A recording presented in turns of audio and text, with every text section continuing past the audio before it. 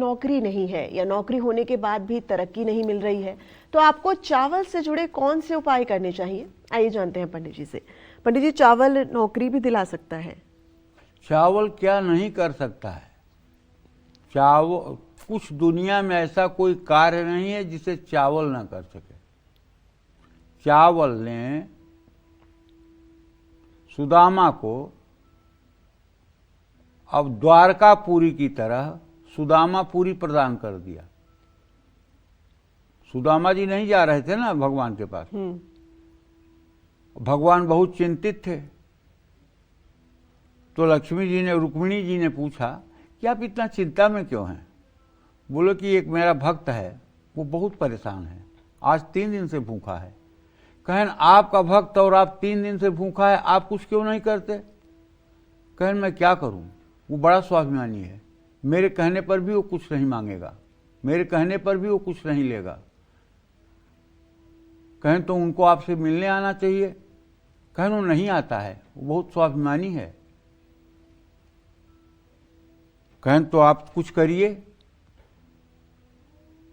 तो भगवान एक साधु का रूप बना करके उनके दरवाजे पे जाते हैं और वो कहते हैं भिक्षा दो। तो उनकी पत्नी निकलती हैं, कहती है महाराज जी हमारे यहाँ कुछ है, अशुद्धि है, हम भिक्षा नहीं देंगे। कहें अरे ऐसी कौन सी अशुद्धि है बेटा कि तुम एक मुट्ठी भिक्षा नहीं दोगी? तो फिर उनकी पत्नी ने कहा हाँ यही समझ लीजिए कि कुछ अशुद्धि है। कहें क्या अशुद्धि है बेटा, भिक्षा देने में क्या अशुद्धि है, थोड़ी सी भिक्षा दे दो। तो बोली जानते हैं मेरे यहाँ दरिद्र ने जन्म लिया है और दरिद्र ने जन्म लिया है इसलिए अशौच लगा हुआ है, मैं भिक्षा नहीं दे सकती। तो वो जो ब्राह्मण के वेश में भगवान आए थे तो उन्होंने कहा कि अरे मैंने तो सुना है कि तुम्हारे पति के मित्र भगवान कृष्ण हैं। कहें हाँ सही बात है। कहें तो आपके पति जो है भगवान कृष्ण से मिलने क्यों नहीं जाते? कहें वो नहीं जाते हैं, वो बड़े स्वाभिमानी है। अरे कहें अपने मित्र से मिलने में क्या स्वाभिमान होता है? तो सुदामा जी आए, पत्नी रूठ गई कि आपको जाना पड़ेगा, आप जाके उनसे भेंट कर लीजिए, आप उनसे कुछ मांगिए मत, लेकिन वो आपके पुराने मित्र हैं, कम से कम आप एक बार जाइए देखिए वो आपको पहचानते हैं कि नहीं पहचानते हैं। तो सुदामा किसी तरह से अपने पत्नी के कहने में आके तैयार तो हो गए कि आऊँगा लेकिन कुछ मांगूंगा नहीं। तो उन्होंने कहा कि अच्छा ऐसा करो, कुछ मुझे भेंट लेकर के जाने के लिए तो दो। तो सुदामा की पत्नी एक पड़ोसन के पास गई, उससे कही कि बहन मेरे पति जाने वाले हैं कृष्ण जी से मिलने के लिए, कुछ भेंट के लिए कुछ अनाज दे देती। तो उसने जो चावल की किनकी होती है, चावल का टूटा हुआ भाग होता है, उसको एक चिथड़े से कपड़े में बांध करके 2 मुट्ठी दे दिया। पूरा चावल भी नहीं? पूरा चावल भी नहीं था। और उसको ले करके सुदामा कांख में दमा करके और द्वारकापुरी पहुंच गए। वहाँ जब भगवान श्री कृष्ण से भेंट हुई, भगवान श्री कृष्ण ने जब उनका आगत स्वागत किया तो उसके बाद भगवान कृष्ण ने विनोद में ही जैसे कहते हैं भाभी ने मुझे कुछ दिया है तू चुरा के रखा है, तेरी आदत नहीं छूटी ना पढ़ाई की। गुरु माता देती थी तो चना अकेले खा लेता था, मुझे नहीं खिलाता था, यहाँ भी भाभी ने मेरे लिए जब दिया है तू क्यों नहीं दे रहा है? और वो सुदामा संकोच कर रहे थे कि ये टूटे हुए चावल क्यों कैसे दूं। तब तक भगवान ने पोटली खींच ली और पोटली खींच कर खोल करके एक बार मुंह में डाला, कहा वाह कितना सुंदर, कितना आनंद आया। इतने में तो सुदामा को एक लोक मिल गया। दूसरी बार मुंह में डालने की कोशिश की तो रुक्मिणी ने हाथ पकड़ लिया, प्रभु कुछ अपने लिए भी छोड़ दीजिए। कहना अपने लिए क्या छोड़ना है, ऐसे लोगों के लिए ही सब कुछ दे देना है। जैसे जन्मों के भूखे हों ऐसे खा रहे थे। हाँ ऐसे खा रहे थे जैसे जन्मों के भूखे हों भगवान।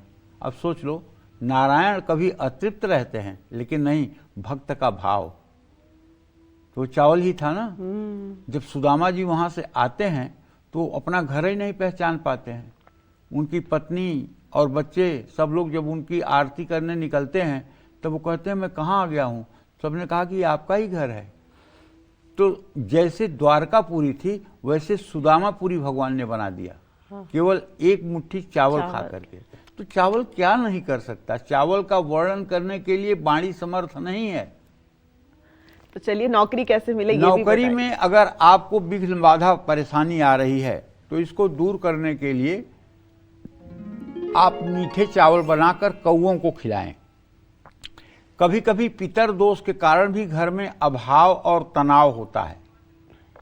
जिन लोगों के घर में पितर अतृप्त होते हैं, पितरों का श्राद्ध कर्म नहीं होता है, पितरों के लिए कुछ दान पुण्य नहीं होता है, पितरों का पिंडदान तर्पण नहीं होता है, त्रिपिंडी श्राद्ध नहीं होता है, नारायण बलि नहीं होती है, गया श्राद्ध नहीं होता है, भागवत का पाठ नहीं होता है, और जिन घरों में पितर बहुत ज़्यादा अतृप्त होते हैं, उन घरों में जल्दी शादियां नहीं होती है, पीढ़ी की पीढ़ी पूरी मतलब कि जो है कुंवारी रह जाती है, संतान प्राप्ति नहीं होती, सब के सब भाई बहन बांझ रह जाते हैं, और घर में दरिद्रता और बीमारी एकदम अपना तांडव फैला देती है। ऐसे में अगर पितृकर्म ठीक से किया जाए तो शायद ये परेशानी नहीं होगी। तो ऐसे में अगर हर अमावस्या को खीर और रोटी बना करके कौओं को खिलाया जाए, देखिए पितरों को प्रसन्न करने का इलाज है काग बलि, गौ बलि, श्वान बलि और पिपीलिका बलि। मतलब चींटियों को आटा डालिए, कुत्ते को रोटी खिलाइए, गाय को रोटी और मतलब कि जो चीज़ें आप खिला सकते हैं खिलाइए, मछलियों को भी कुछ आप खिला सकते हैं। इससे मतलब कि जो है पितर संतुष्ट होते हैं, और कौए को खिलाने से, कुत्ते को खिलाने से तो पितर तुरंत संतुष्ट होते हैं।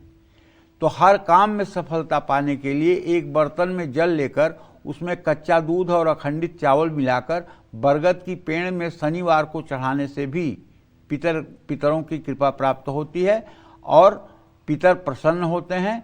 पितरों के प्रसन्न होते ही कुल की वृद्धि होने लगती है, धन धान्य की संपन्नता होने लगती है। इसीलिए जिन घरों में श्रीमद् भागवत महापुराण जैसा ग्रंथ रखा जाता है, जिन घरों की महिलाएं या पुरुष आधे घंटे 1 घंटे खाली समय में भागवत का हिंदी में भी पाठ करें, हिंदी में ही पाठ कर लें, उस घर में भी कभी दरिद्रता और कलह का प्रवेश नहीं होता है। अगर किसी घर में कोई महिला या कोई पुरुष जिसके पास समय है 1 घंटे 2 घंटे का, और घर में श्रीमद् भागवत महापुराण है, 2 खंडों में आता है, गीता प्रेस से मिलता है और महंगा नहीं है, 600-700 रुपये में दोनों खंड मिल जाते हैं। अगर मंगा के आपने घर में रखा हुआ है और जब भी आपके पास समय है उसको आनंद के रूप में, कहानी के रूप में ही आप अगर 1 घंटे 2 घंटे रोज पढ़ना शुरू कर दें तो आपके घर में न कभी कलह होगी, न कभी अभाव रहेगा, न कभी बीमारी होगी, न कभी दरिद्रता रहेगी। ये सारे उपाय आपके लिए कल्याणकारक होंगे। जय मां विंध्यवासिनी।